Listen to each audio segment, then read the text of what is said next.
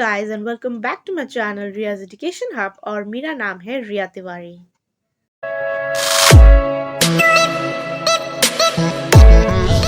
आज हम पढ़ने जा रहे हैं महायज्ञ का पुरस्कार which is a part of ICC class 9 and 10 Hindi prose. ठीक है, तो ये आईसीसी के सिलेबस में आता है। हम इस चैप्टर को डिटेल में पढ़ेंगे भी, इसके कैरेक्टर एनालिसिस को भी देखेंगे, क्या क्या कौन से कैरेक्टर्स हैं, उनमें क्या क्या विशेषताएं हैं जिससे कि हमें आंसर्स लिखने में हेल्प होंगे। ठीक है, तो और हम जो पोएट है उनके बारे में भी जानेंगे। ठीक है, तो ज़्यादा टाइम वेस्ट ना करते हुए आते हैं हमारे सेशन की तरफ। सो ये है महायज्ञ का पुरस्कार which is written by Yashpal ji. ठीक है, तो राइटर का नाम जैसे कि पता आप सबको पता होना चाहिए, हर पोएम का, हर प्रोज का, सबका राइटर आपको पता होना चाहिए। ठीक है, तो पहले हम इसके ऑथर के बारे में थोड़ा सा जान लेते हैं। ऑथर के बारे में जान लेने से क्या होगा कि आप कहानी से उसे रिलेट कर पाएंगे, जैसे मैंने प्रीवियस वीडियोस में भी कहा है। ठीक है, तो देख लेते हैं कि हमारे ऑथर का हिस्ट्री क्या है। सो दिस इज कहानीकार का परिचय। तो आप हिंदी में जब आप आंसर लिख रहे हैं तो आप ऐसे वर्ड्स अगर आप यूज़ करते हैं तो आपको मार्क्स मिलने में सुविधा होती है। ठीक है, तो कई लोग मुझसे पूछते हैं कि हिंदी में इतना मार्क्स कैसे स्कोर कर सके। बहुत ईजी है, कोई ज़्यादा रामबाण वाला कोई भी काम नहीं है। आपको बस आपको बस अपनी हैंड राइटिंग पर और आपके जो वर्ड्स आप जो यूज़ कर रहे हैं उस पर फोकस करना है। ठीक है, तो यशपाल हिंदी साहित्य के यशस्वी कथाकार हैं। इनका जन्म 3 दिसंबर 1903 को फिरोजपुर के छावनी में हुआ।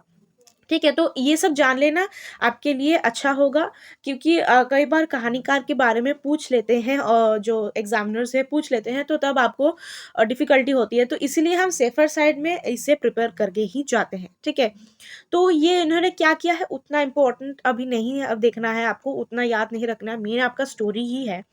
ठीक है, तो हाँ, ये आपको याद रखना है कि यशपाल जी की भाषा अत्यंत व्यवहारिक है। ठीक है, ये इंपॉर्टेंट है कि उनकी भाषा कैसी है। जब आप ये सेंटेंसेस आप यूज करते हैं तो आपको फुल ऑन मार्क्स मिलेगा ही मिलेगा, ये मेरे तरफ से गारंटी है। 26 दिसंबर 1976 को इनका निधन हुआ। ठीक है, तो ये हो गया हमारे ऑथर के बारे में। ऑथर के बारे में तो पढ़ लिया, अब हम चलते हैं स्टोरी को डिटेल में पढ़ने के लिए। ठीक है, तो लेट्स स्टार्ट। एक धनी सेठ थे, अत्यंत विनम्र और उदार, धर्मपरायण इतने कि कोई साधु संत उनके द्वार से निराश न लौटता, भरपेट भोजन पाता। भंडार का द्वार सबके लिए खुला था, जो हाथ पसारे वही पाए। सेठ ने बहुत से यज्ञ किए थे और दान में ना जाने कितने धन दिन दुखियों में बांट दिया था। ठीक है, तो ये हो गया तो आपका धनी सेठ का एक छोटा सा इंट्रोडक्शन, जो कि बहुत इंपॉर्टेंट हो जाता है एग्जाम पॉइंट ऑफ व्यू से। ठीक है, तो वो कैसे थे, उनका कैरेक्टर कैसा था। वो धर्मपरायण इतने कि कोई साधु संत अगर उनके गेट पर आ जाता, उनके द्वार पर आ जाता, तो वहां से वो निराश नहीं लौटता था, कुछ ना कुछ खा के या फिर कुछ ना कुछ वो लेके ही जाता था। ठीक है, तो इससे हमें पता चलता है कि सेठ बहुत ही, नाम से भी पता चल रहा है कि सेठ बहुत ही धनी थे। ठीक है, तो वो धनी सेठ पहले कहलाते थे, लेकिन बाद में कंडीशन उनकी बिगड़ जाती है। ठीक है, तो देखते हैं, पर सब दिन होत ना एक समान। ठीक है, तो ये एक मुहावरा है कि हर दिन एक समान नहीं होता है, आज कुछ अलग है कल कुछ और होगा। ठीक है, तो अकस्मात दिन फिरे और सेठ की गरीबी का मुंह देखना पड़ा। संगी साथियों ने भी मुंह फेर लिया, और नौबत यहाँ तक आ गई कि सेठ व सेठानी भूखे मरने लगे। ठीक है, तो ये इस पैरा में एक लेखक कहते हैं कि हर दिन एक समान नहीं होता है। ठीक है, तो फिर प्रॉब्लम के दिन आए, जैसे कि जब सुख के दिन आते हैं तो उसके बाद दुख के दिन भी आते ही हैं। तो अकस्मात दिन फिरे और सेठ को गरीबी का मुंह देखना पड़ा। ठीक है, तो जैसे हमें पता है कि जब हमारे पास पैसा होता है तब हमारे पास सारे दोस्त, सारे रिश्तेदार रहते हैं, लेकिन जैसे ही पैसा चला जाता है या फिर कुछ फाइनेंशियल क्राइसिस हो जाता है, तब हमारे पास जो भी दोस्त थे वो मुंह फेर लेते हैं। ठीक है, तो संगी साथियों ने भी मुंह फेर लिया और नौबत यहाँ तक आ गई कि वो दोनों भूखे मरने लगे। ठीक है, तो उन दिनों एक प्रथा प्रचलित थी, क्या, यज्ञों के फल का क्रय विक्रय हुआ करता था। अब क्रय विक्रय का मतलब होता है बेचना और खरीदना। तो ये इंपॉर्टेंट है कि उन दिनों क्या कथा प्रचलित थी, वो था फलों का क्रय विक्रय हुआ करता था, मतलब खरीदना बेचना हुआ करता था। छोटा बड़ा जैसा यज्ञ होता उनके अनुसार मूल्य मिल जाता।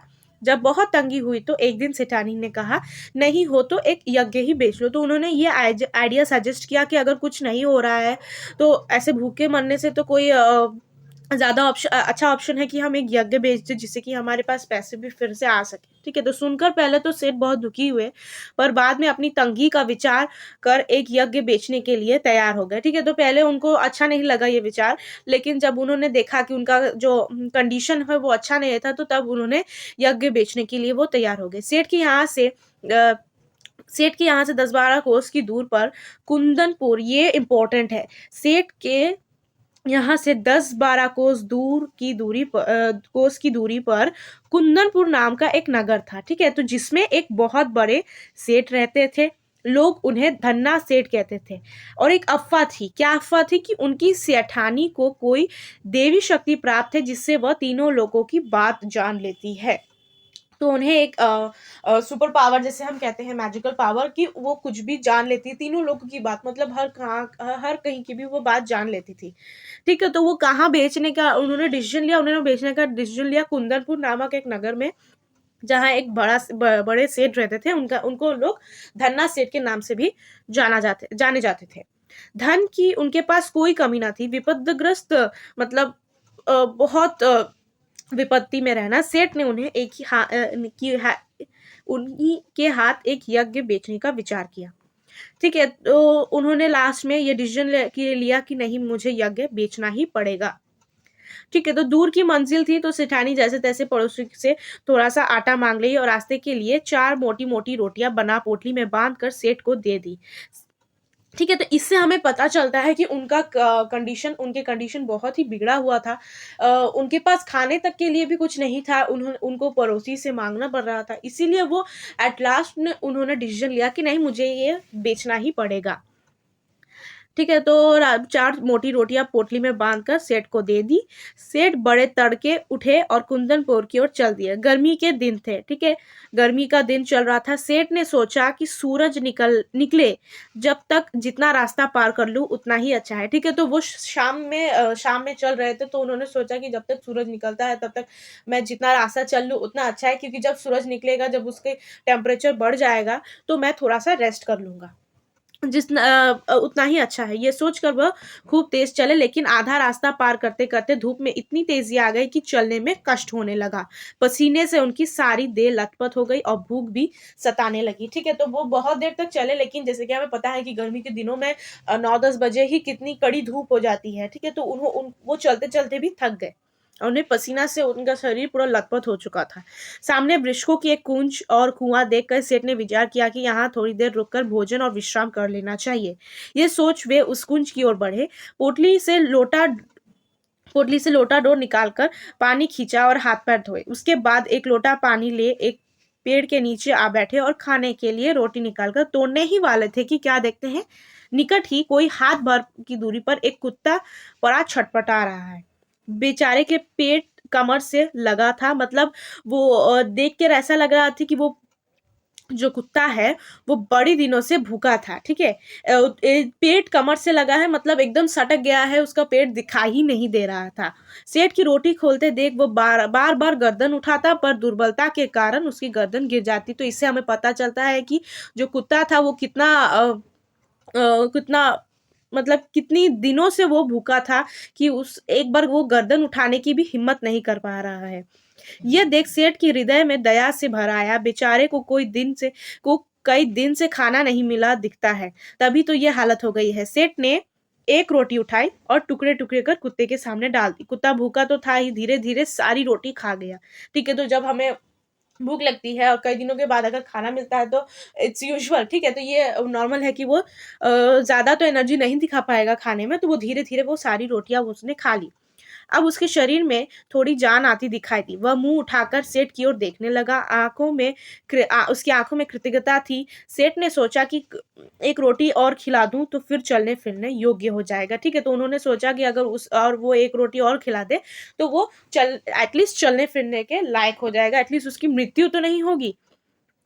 ठीक है, तो उसके बाद आता है, बस ये सोचकर सेठ ने एक और रोटी टुकड़े टुकड़े करके उसे खिला दी। 2 रोटियाँ खाने के बाद कुत्ते के शरीर में शक्ति आ गई और वो खिसकता-खिसकता, फिर भी खिसकता-खिसकता सेठ के समीप आया। इतनी शक्ति नहीं थी कि वो चल सके।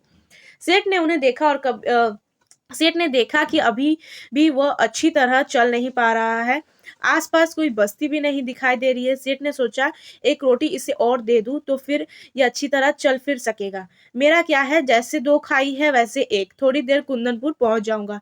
ठीक है, तो उन्होंने सोचा कि इसे और खिला देना अच्छा है, क्योंकि आस-पास कोई दिखाई नहीं दे रहा था, कोई बस्ती भी नहीं थी कि जिससे वो बुलाकर उसे कुछ और खिला सकते हैं। उन्होंने सोचा कि मैंने तो जैसे 2 खाई वैसे 1, तो वो अपनी भूख सहन कर लेते। सेठ ने तीसरी रोटी उठाई और कुत्ते को खिला दी। अब एक रोटी बची। उसे लेकर वे स्वयं खाने ही वाले थे कि सेठ ने देखा कि कुत्ते की आंखें अभी भी उनकी ओर जमी है। उनकी आंख में करुणा याच उन, उन, उन आंखों में करुणा याचना थी, मतलब दया की याचना। करुणा का मतलब होता है दया। ठीक है, तो ये सारे वर्ड मीनिंग्स आपको याद रखने हैं। क्या किसका मतलब क्या होता है, क्योंकि कई बार आपको डिफिकल्ट वर्ड्स याद रखने में प्रॉब्लम हो जाता है, तो तब आप ये इजी वर्ड्स आप याद रख के आप अपना आंसर लिख सकते हैं। उनके मन में आया कि मेरा काम तो पानी से भी चल सकता है। ठीक है, तो उन्होंने फिर सोचा कि अब मैं रोटी खा के क्या करूँगा, मेरा काम तो पानी से भी चल जाएगा। इस बेचारे मूक और बेबस, मूक मतलब ना बोलने वाला, मूक का मतलब होता है जो ना बोल सके। उस बेबस जीव को एक रोटी और मिल जाए तो फिर ये निश्चय ही इसमें इतनी ताकत आ जाएगी कि किसी बस्ती तक पहुँच सकेगा। ठीक है, तो उन्होंने सोचा कि अगर मैं इसे और एक रोटी जो है वो खिला दूँ, तो वो एटलीस्ट बस्ती तक तो पहुँच जाएगा। सेठ ने अधिक सोच विचार नहीं किया, वो अंतिम रोटी भी कुत्ते को खिला दी। स्वयं एक लोटा जल पीकर तथा थोड़ा विश्राम करके अपना रास्ता पकड़ा। ठीक है, तो उन्होंने ज्यादा इसके बारे में नहीं सोचा। ठीक है, तो अगर हम में से कोई अगर होता तो वो सोचता कि अगर मैं सब रोटी कुत्ते को ही खिला दूँ तो मैं क्या खाऊँगा, राइट? तो जितना तक हमने पढ़ा अभी तक, तो इससे हमें ये पता चलता है कि सेठ बहुत ही दयावान थे, ठीक है? तो इसीलिए उन्होंने जब भी पहले स्टैन्ज़ा में जो हमने पढ़ा था कि अगर कोई भी आता था उनके द्वार पर तो वो खाली हाथ नहीं लौटता था, ठीक है? तो ऐसे करते-करते ही उनका जो धन था, जो संपत्ति थी वो सारी खत्म हो गई। लेकिन फिर भी उन्होंने अपना धर्म नहीं छोड़ा। आज भी वो ही धर्म वो मानते आ रहे हैं। दिया जले सेठ कुंदनपुर पहुँचे मतलब शाम में पहुँचे। सेठ हवेली पर पहुँचे तो धन्ना सेठ ने उठकर उनका स्वागत किया, पूछा कहाँ सेठ कैसे आना हुआ? कहो सेठ कैसे आना हुआ? सेठ ने कहा संकट में हूँ, एक यज्ञ आपके हाथों बेचने आया हूँ। इतने में धन्ना सेठ की पत्नी ने आकर सेठ को प्रणाम किया और बोली जी, यज्ञ खरीदने के लिए तो हम तैयार हैं, पर आपको अपना महायज्ञ बेचना होगा। ये जो फ्रेज़ है ये आपका इम्पोर्टेंट है, क्योंकि हो सकता है कि यही फ्रेज़ देकर आपको क्वेश्चन पूछे, ठीक है? तो आपको ये याद रखना होगा, क्योंकि तब आप स्टोरी से आप फट से रिलेट कर पाएँगे, आपको आंसर लिखने में भी जल्दी होगी, ठीक है? तो जैसे कि हमने धन्ना सेठ की पत्नी के बारे में पहले ही देखा था कि उनके पास कोई देवी शक्ति है जो वो तीनों लोगों की बात जान लेती है। तो उन्होंने कहा कि यज्ञ खरीदने के लिए तो हम तैयार हैं, लेकिन अगर आप अपना महायज्ञ बेचना चाहें तो। तो अब सेठ ने आश्चर्य से कहा, हाँ जी, आज जो आपने किया। धन्ना सेठ की पत्नी ने कहा। सेठ बड़े आश्चर्य से पड़े। सेठ जी बड़े ही शॉक्ड हुए, क्योंकि उनके पास तो ऐसे ही पैसे की तंगी थी और उसके बाद सेठानी जी कह रहे थे कि महायज्ञ। ठीक है, तो हाँ जी, हाँ वही जो आपने किया। धन्ना सेठ की पत्नी ने कहा। सेठ बड़े आश्चर्य से पड़े महायज्ञ, और आज वे समझे कि उनका मजाक उड़ाया जा रहा है। विनम्र भाव से बोले, आप आज की कहती हैं, मैंने तो बरसों से कोई यज्ञ नहीं किया, मेरी स्थिति ऐसी नहीं थी। ठीक है, तो उनकी कंडीशन ऐसी नहीं थी कि उन्होंने महायज्ञ किया था, उनके पास तो पहले बहुत पैसा था। अभी कुछ हाल फिलहाल के दिनों में उनका कंडीशन इतना बिगड़ गया कि उन्होंने मतलब यज्ञ बेचने का फैसला किया।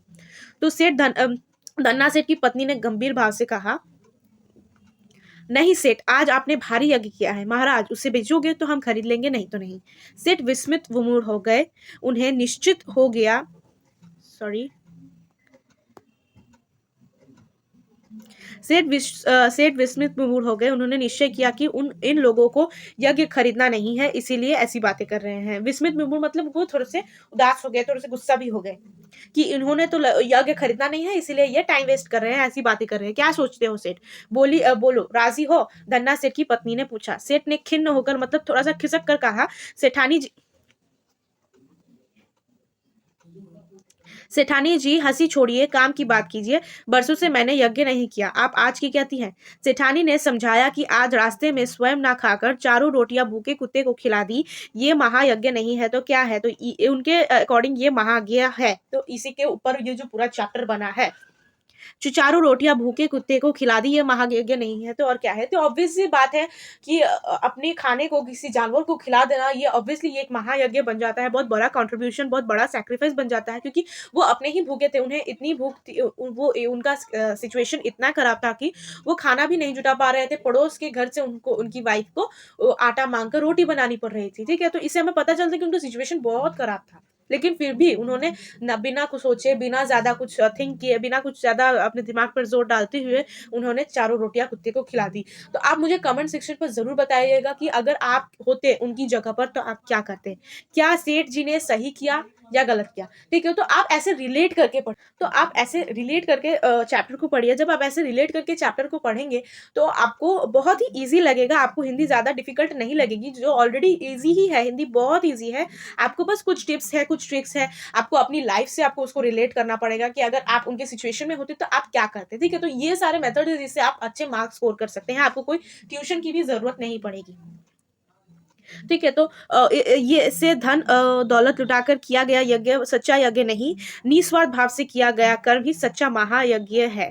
तो ये इंपॉर्टेंट लाइन है कि कौन सा यज्ञ अच्छा है? जो दौलत लुटाकर किया गया यज्ञ सच नहीं, निस्वार्थ भाव से, मतलब जो आप सेल्फिशली यज्ञ कर रहे हैं, जो आप कंट्रीब्यूशन अपना सैक्रिफाइस कर रहे हैं, उसे महायज्ञ कहते हैं। क्या आप इसे बेचने के लिए तैयार हैं? तो उसके बाद देखते हैं कि सेठ जी ने क्या कहा। सेठ मानो आसमान से गिरे, भूख को अन्न देकर सभी का, भूखे को अन्न देकर सभी का कर्तव्य है, उसमें यज्ञ यज्ञ जैसी क्या बात। ठीक है, तो वो इतने इतने दयावान थे। ठीक है, तो उन्होंने सोचा कि ये उनका ये एक कर्तव्य है, तो ये कोई महायज्ञ नहीं है, ये कोई बड़ा काम उन्होंने नहीं किया, उन्होंने बस अपनी जो जिम्मेदारी है वो निभाई है। ठीक है, तो इससे हमें पता चला कि उन्हें कोई अफसोस नहीं था कि उन्होंने सारे जो रोटियां है, सारी रोटियां उन्होंने खिला दी। क्या विचार है सेठ जी, ये यज्ञ बेचना है कि नहीं? सेठानी ने पूछा। सेठ ने कोई उत्तर नहीं दिया, चुपचाप पोटली उठाई और हवेली से बाहर चले आए। उन्हें मानवोचित कर्तव्य का मूल्य लेना उचित न लगा। ठीक है, तो उनको उनका कर्तव्य का जो मूल्य उन्हें लेना उचित नहीं लगा, ठीक नहीं लगा। कुंदनपुर की धर्मशाला के चबूतरे पर भूखे पेट जैसे तैसे रात बिताकर पो फटे से चलकर, पो फटे मतलब मॉर्निंग में, सुबह, पो फटे का मतलब होता है जब वो सुबह जो सनराइज है वो। अगले दिन शाम को सेठ अपने घर आ पहुंचे। सेठानी बड़ी बड़ी आशाएं लगाए बैठी थी। सेठ को खाली हाथ वापस देख आशंका से कांप उठी, बोली क्यों धन्ना सेठ नहीं मिले? तो उन्होंने सोचा कि शायद नहीं मिले होंगे, इसलिए ये खाली हाथ आ रहे हैं। सेठ ने यद्यपि सारी कथा सुनाई। सुनकर सेठानी की सारी वेदना जाने कहाँ विलीन हो गई। ठीक है, तो वो जो भी सोच रही थी पता नहीं कहाँ गायब हो गई। हृदय उल्लासित, हृदय, तो ये भी इंपॉर्टेंट है। यद्योपान मतलब शुरू से अंत तक। सुनकर सेठानी की क्या राय थी, ये भी इंपॉर्टेंट है। सुनकर सेठानी की सारी वेदना मानो कहाँ जाने कहाँ गायब हो गई, कहाँ विलीन हो गए। हृदय उल्लासित हो उठा। विपत्ति में भी सेठ ने धर्म नहीं छोड़ा, धन्य है मेरे पति। ठीक है, तो ये उनकी राय थी। सेठ के चरणों की राज मस्तक पर लगाते हुए बोली, धीरज रखे, भगवान सब भला करेंगे। ठीक है, तो ऐसे हमें हमारे देश में कहा जाता है कि जिनका कोई नहीं होता है, उनके भगवान होते हैं, वो आज भी मानते हैं। ठीक है, और रात का अंधकार फैलता जा रहा था। सेठानी उठकर दिया जलाने के लिए दलान में आई, दलान मतलब बरंदा में आई, तो रास्ते में किसी चीज को ठोकर लगी, गिरते गिरते बची, संभल कर आले तक पहुंची और दिया जलाकर नीचे की ओर निगाह डाली तो देखा कि दहलीज के सहारे एक पत्थर ऊंचा हो गया है, जिसके बीचों बीच एक लोहे का कुंदा लगा है। ठीक है, तो उन्होंने कहा, ये भी आपको पूछेगा, पूछ सकते हैं, दहलीज के सहारे पर एक पत्थर ऊंचा हो गया है, जिसके बीचों बीच एक लोहे का कुंदा लगा है, इसी कुंदे से उन्होंने ठोकर खाई थी। ठीक है, तो वो कहाँ ठोकर खाई थी, क्योंकि ये इंपॉर्टेंट है, जब आप आगे स्टोरी पढ़ेंगे तब आपको ये याद आएगा। शाम तक तो वहां पत्थर नहीं, बिल्कुल भी उठा नहीं था। अब ये अकस्मात मतलब अचानक कैसे उठ गया? सेठानी भौचक्की सी, मतलब अस्टोनिश्ड थी।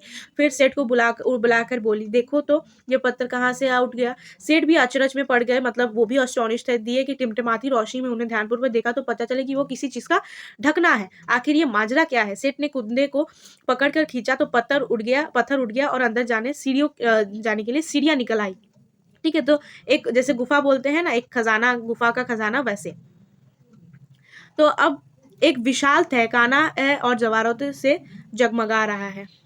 सॉरी, से सावधानी से सेठ और सेठानी दिए हाथ लिए उतरे। ठीक है, तो जब उन्होंने देखा कि सीढ़ी है तो उन्होंने सावधानी से दिए हाथ लेकर उतरे। कुछ सीढ़ियां उतरते ही इतना प्रकाश सामने आया कि उनकी आंखें चौंधियाने लगी। मतलब इतना लाइट लाइट था। सेठ ने देखा वहां एक विशाल तहखाना, मतलब जो बोलते हैं ना गुफा, तहखाना, खजाना, वो, और जवारातों से जगमगा रहा था। देव की इस माया की रहस्य उनको समझ में नहीं आए।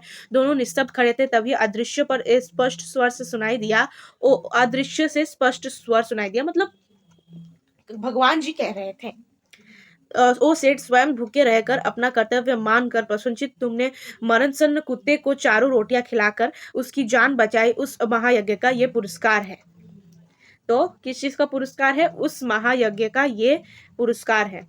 Very very important, which is the title of the story. सेठ और सेठानी इस दिव्य वाणी को सुनकर कृतज्ञ हुए। वही धरती पर माथा टेककर उन दोनों ने भगवान के चरणों में प्रणाम किया। वहीं पर माथा टेककर उन्होंने भगवान के चरणों में प्रणाम किया। ठीक है, तो बोलते हैं ना कि भगवान जी हमेशा हमेशा उसी टाइम पर एग्जाम्स लेते हैं, जैसे हमारे स्कूल में एग्जाम्स होते हैं, तो वैसे ही भगवान जी भी हमारे एग्जाम्स लेते हैं जब हम बहुत ही डिफिकल्ट सिचुएशन से गुजर रहे हैं। तो आपको कई बार लग रहा होगा कि सारी मुसीबतें क्या मेरी ही जिंदगी में है? तो ये नहीं है, ये भगवान जी एग्जाम लेते हैं कि आप अगर इस सिचुएशन में हैं तो कैसे होंगे। और ये याद रखिएगा कि भगवान जी उसी के एग्जाम्स लेते हैं जो अच्छे होते हैं, जो अच्छे इंसान होते हैं। आपको लग रहा होगा कि उसने तो इतना बुरा काम किया, उसने ये किया, उसने वो किया, लेकिन उसने उसको कुछ भी नहीं हुआ। तो ये याद रखें कि भगवान जी उसी का एग्जाम्स लेते हैं जिसको वो पसंद, जिसको वो चाहते हैं कि वो एग्जाम्स में पास हो। ठीक है, तो उन्हें पता है कि हम वो जो सिचुएशन है हम वो उसे क्रॉस कर लेंगे। ठीक है, तो भगवान जी हमेशा हमेशा अच्छे आदमी की एग्जाम्स लेते हैं। सो देखते हैं अब हम जो कैरेक्टर एनालिसिस है वो भी देख लेते हैं, क्योंकि इससे आंसर लिखने में आपको हेल्प होगी। महायज्ञ का पुरस्कार कहानी में सेठ जी मुख्य पात्र बनकर उभरते हैं। सेठ जी जो है वो मुख्य पात्र बनकर उभरते हैं।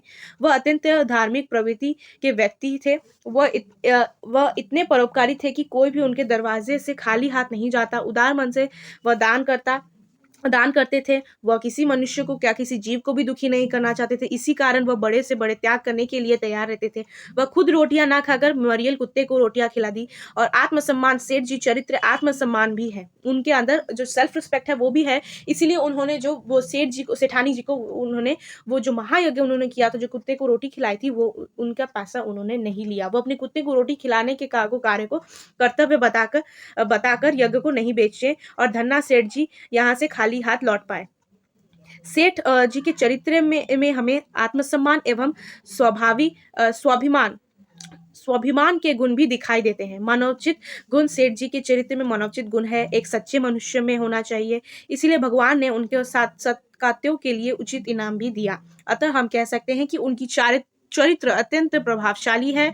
अपने नैतिक मीन्स मॉरल एवं मनोचित गुण के कारण पाठकों पर एक गहरी छाप छोड़ते हैं। ठीक है, तो ये एक मॉरल स्टोरी है कि हमें हमें हमेशा अपना काम करना चाहिए। उस काम के लिए किसी को एहसान नहीं देना चाहिए कि हाँ हमने तो ये किया। कि अगर हम लोग किसी ने किया होता, हमने किसी को किया, हमने ऐसा कुत्ते को रोटी खिलाई होती, तो I am sure most of them अब भी कहते हैं कि मैंने तो ये किया है, मैंने तो वो किया है। लेकिन ऐसा नहीं करना चाहिए। आपने जो किया है आप अपने तक रखिए। आप देखते हैं, आप जानते हैं, आपका भगवान जानता है। इसीलिए कभी भी आपको, आप जो अच्छा काम कर रहे हैं उसका आप, भगवान जी आपको फल जरूर देते हैं। अगर आज आप पढ़ेंगे तभी आपको जाकर अच्छे मार्क्स मिलेंगे, लेकिन अगर आज आप चीटिंग करेंगे तो आपको जाकर भले ही बाद में मार्क्स मिल जाए, लेकिन आप जानते हैं कि वो आपके दम पर किया गया मार्क्स नहीं है। आपको वो जो सेटिस्फैक्शन मिलती है जब आप पढ़कर एग्जाम में मार्क्स लाते हैं, वो आपको सेटिस्फैक्शन नहीं मिलेगी। और बिलीव मी, वो जो सेटिस्फैक्शन है वो मतलब एक अलग लेवल का सेटिस्फैक्शन होता है, क्योंकि आपको पता है कि हाँ ये मैंने पढ़ा है, ये मेरे दम पर मार्क्स किए गए हैं, मैंने किसी की हेल्प नहीं ली है, कोई भी ट्यूशंस क्लासेस भी मैंने ज्वाइन नहीं की है, मैंने अपने दम पर किया है। ठीक है, तो आपको ये, आप ऐसे रिलेट करके पढ़िए। ठीक है, तो आपको मोटिवेशन भी आएगा पढ़ने में और आपका चैप्टर भी आपको इजी लगेगा। सेठानी का चरित्र चित्रण अब देखते हैं। सेठानी की पत्नी बुद्धिमती स्त्री थी। मुसीबत के समय अपना धैर्य ना खोते हुए उसने अपने पति को अपने एक यज्ञ बेचने की सलाह दी। ठीक है, तो उन्होंने कोई धैर्य नहीं खोया था। कोई भी इम्पेशेंट अगर कोई और होती, अगर सपोज अगर वो धैर्य प्रांत नहीं होती, तो जरूर वो अपने पति से झगड़ा करती। ठीक है, तो ऐसे उन्होंने नहीं किया। विपत्ति की स्थिति में वो अपने पति के ईश्वर पर विश्वास, धीरज धारण करने को कहती है। ठीक है, तो जब वो देखती है कि सेठ जी आ रहे हैं वापस, बिना कुछ लिए, तो उन्होंने उन पर गुस्सा नहीं किया कि आपने क्यों नहीं खरीदा, या आपने क्यों नहीं गन लिए। तो वो ऐसा कुछ नहीं करती, बल्कि वो और भी उन पर प्राउड फील करती हैं कि हाँ, ये मेरे पति हैं, कि मैं धन्य हूँ ऐसे पति पाकर। इस प्रकार सेठ की पत्नी भी कर्तव्य परायण है। क्या है? कर्तव्यपरायण है, धीरवती, ईश्वर पर निष्ठा रखने वाली और संतोषी स्त्री है। ठीक है? तो ये हमने पढ़ा महायज्ञ का पुरस्कार, जो मैंने डिटेल में एक्सप्लेनेशन दिया है। आपको अगर इसके रिलेटेड कोई भी डाउट्स हो, you can always ask me on my comments on the comment section, और you can also contact me by my email ID which will be provided in the description box. ठीक है? तो मैंने हर attempt किया है, हर कोशिश की है आपको स्टोरी अच्छे से समझाने के लिए। ठीक है? आई होप आपको आज का सेशन पसंद आया होगा। ठीक है? तो आज के लिए इतना ही। This is Riya Tiwari signing off for today. Bye bye.